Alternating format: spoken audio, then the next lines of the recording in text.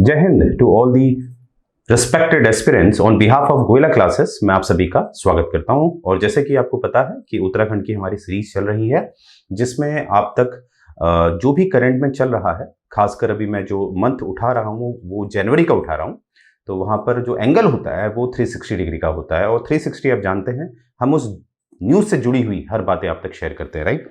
तो आइए शुरू करते हैं। तो आज की जो न्यूज़ देखेंगे आपकी, रिसेंटली जो उत्तराखंड के चीफ मिनिस्टर साहब हैं, पुष्कर सिंह धामी साहब जो हैं, उन्होंने एक जो स्कीम है वो लॉन्च करी है, करी थी कहेंगे हम। वो है उत्तराखंड एंटरप्रेन्योरशिप समिट 2023 गुल्लक। तो समिट मतलब सम्मेलन होता है, तो एक सम्मेलन हुआ है और उसमें एक योजना जो है वो शुरू की गई है, उसका शुभारंभ किया गया है और उसको याद रखेंगे गुल्लक नाम से। गुल्लक तो आप जानते हैं, जब हम छोटे हुआ करते थे तो एक गुल्लक बनाते थे और उसमें अपनी सेविंग रखते थे, राइट। और वो सेविंग को हम कहीं ना कहीं एक हमारे जो सपने होते हैं उसको पूरा करने के लिए हम उन पैसों का, उन इकट्ठा हुए पैसों का इस्तेमाल करते थे। तो कुछ लॉजिक यहाँ पर भी है। देखिए क्या लॉजिक है, मैं आपको यहाँ पर पहले समझा देता हूँ। तो कोशिश ये की जा रही है कि राज्य सरकार द्वारा कि जो पैसा इकट्ठा किया जाएगा और वो जो गांव के जो ग्रामीण लोग हैं, देखिए प्रॉब्लम क्या होती है। देखिए ये सरकार है, सरकार क्या करती है कि देखिए सरकार का काम होता है शासन और प्रशासन का, राइट, शासन और प्रशासन का। और तो देखिए सरकार की जो प्राथमिकता होती है वो होती है शासन और प्रशासन को देखना, और जो सरकार जो नियुक्ति करती है वो सरकार का कहीं ना कहीं हम कह सकते हैं वो सेकेंडरी ऑप्शन होता है, प्राथमिकता नहीं होती है।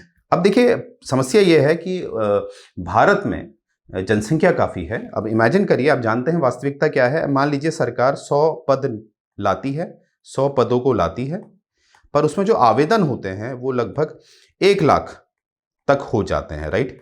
तो समस्या क्या होती है, इससे बेरोजगारी बढ़ने लगती है और जो नौजवान है वो कहीं ना कहीं फिर गलत दिशाओं में जाता है, और खासकर ज़्यादा जो है वो ग्रामीण क्षेत्र का युवक है, राइट। तो सरकार क्या कर रही है कि जो सेविंग है उसको कोशिश कर रही है कि ग्रामीण क्षेत्र तक पहुंचाने की। नौकरी की बात नहीं है, ग्रामीण क्षेत्र तक पहुंचाएगी उस पैसे को जिससे कि वह व्यक्ति अपना जो स्टार्टअप है, अपना जो बिजनेस है उसे शुरू करे। और बिजनेस कैसे किया जाता है, उसमें क्या चुनौतियां होती हैं, वो भी सरकार अपने जो संस्थान है जिसको इनक्यूबेटर कहा जाता है, वो भी आने वाला है, तो इनक्यूबेटर से वो बताएगी। वो मैं आपको समझाऊंगा इनक्यूबेटर क्या होता है। तो मुख्य उद्देश्य क्या है सरकार का कि जो नौजवान है वो नौकरी पाने के बजाय नौकरी देने वाला बने, जॉब सीकर के बदले क्या बने, जॉब गिवर, राइट। तो आइए मैंने थोड़ा आपको समझा दिया है, ये असल में पूरा जो योजना है वो किससे संबंधित है। तो आगे की न्यूज़ देख लेते हैं। तो देखिए मैंने बताया गुल्लक करके है, ये जो प्रोग्राम है, ये जो योजना है, ये गुल्लक करके है। इसमें क्या किया जाएगा, जो इन्वेस्टर्स होते हैं, जैसे आप कोई आपका कोई प्लान है, कोई बिजनेस आप करना चाहते हैं, आपकी कोई दिमाग में कुछ आइडिया है, परंतु वो आइडिया तभी एग्जीक्यूट होता है जब आपको फाइनेंस मिले। तो जो इन्वेस्टर हैं उनको डायरेक्टली इंटरेक्ट करवाया जाएगा जो रूरल एंटरप्रेन्योर्स हैं। रूरल एंटरप्रेन्योर्स मतलब, रूरल मतलब ग्रामीण, एंटरप्रेन्योर मतलब जिनके अंदर काबिलियत होती है बिजनेस करने की, जिनके अंदर सोच होती है, उसे हम एंटरप्रेन्योर कहते हैं, राइट।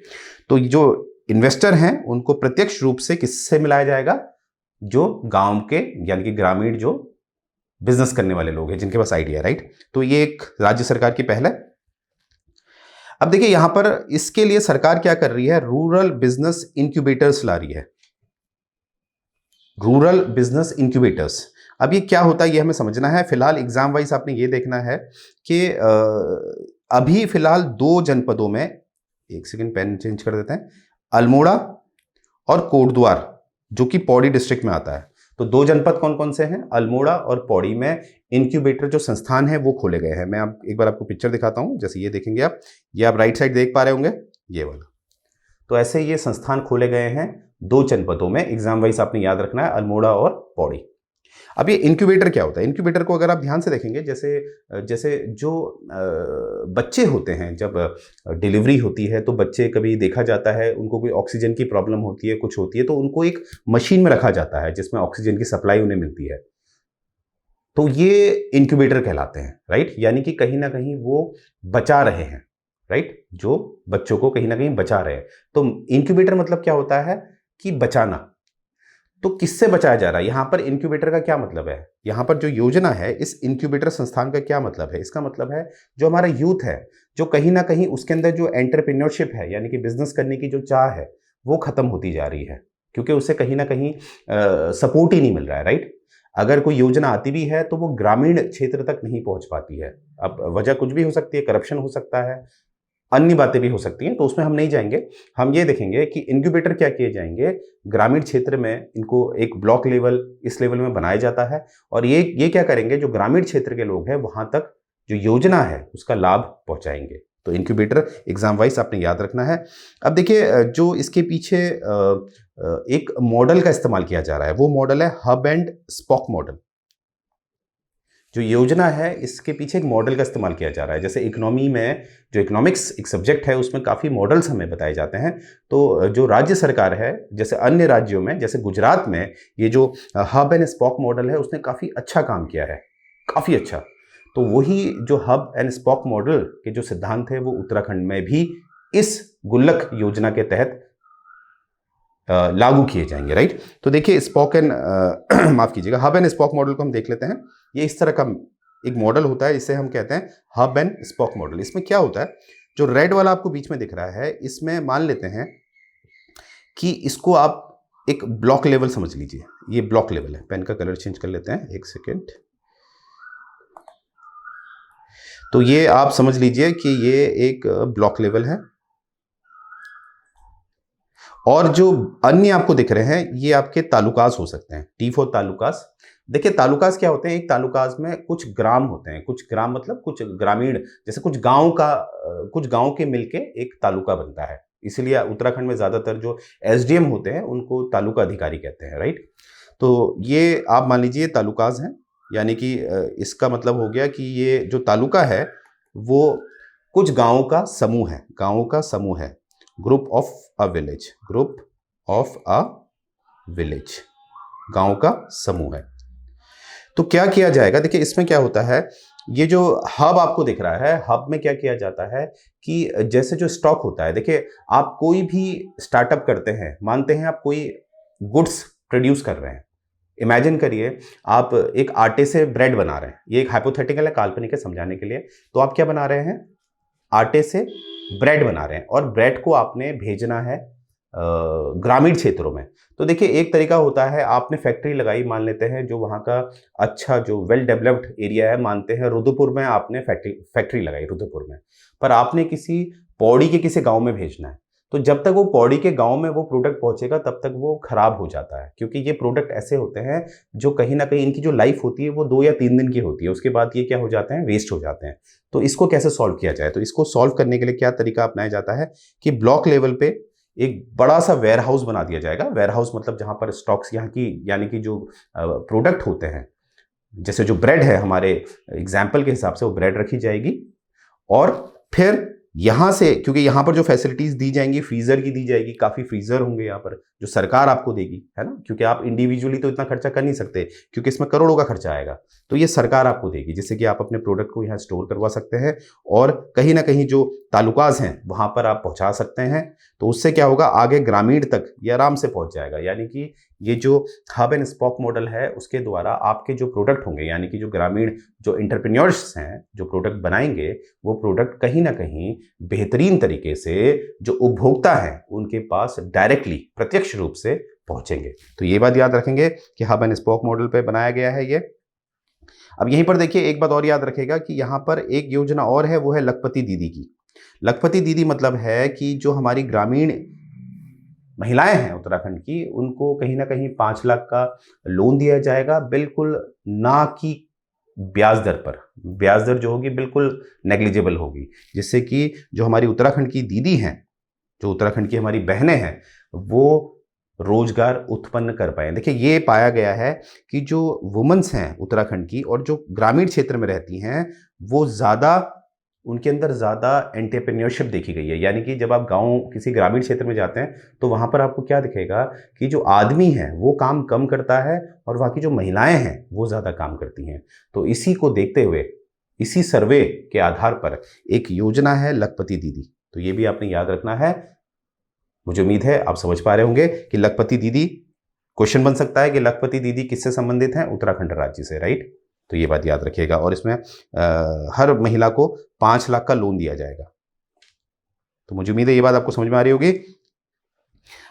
अब देखिए जो भी ये किया जा रहा है कि जो ग्रामीण क्षेत्र के व्यक्ति हैं या औरतें हैं उन तक ये योजनाएं पहुंचाई जा रही हैं, इसका जो आधार है वो हमें मिलता है केंद्र की एक स्कीम है, योजना है, वो है मिशन अंत्योदय सर्वे। अंत्योदय मतलब होता है, अगर हिंदी के टेक्स्ट में हम इसका अर्थ देखें तो अंत मतलब होता है एंड, उदय मतलब उसका राइज।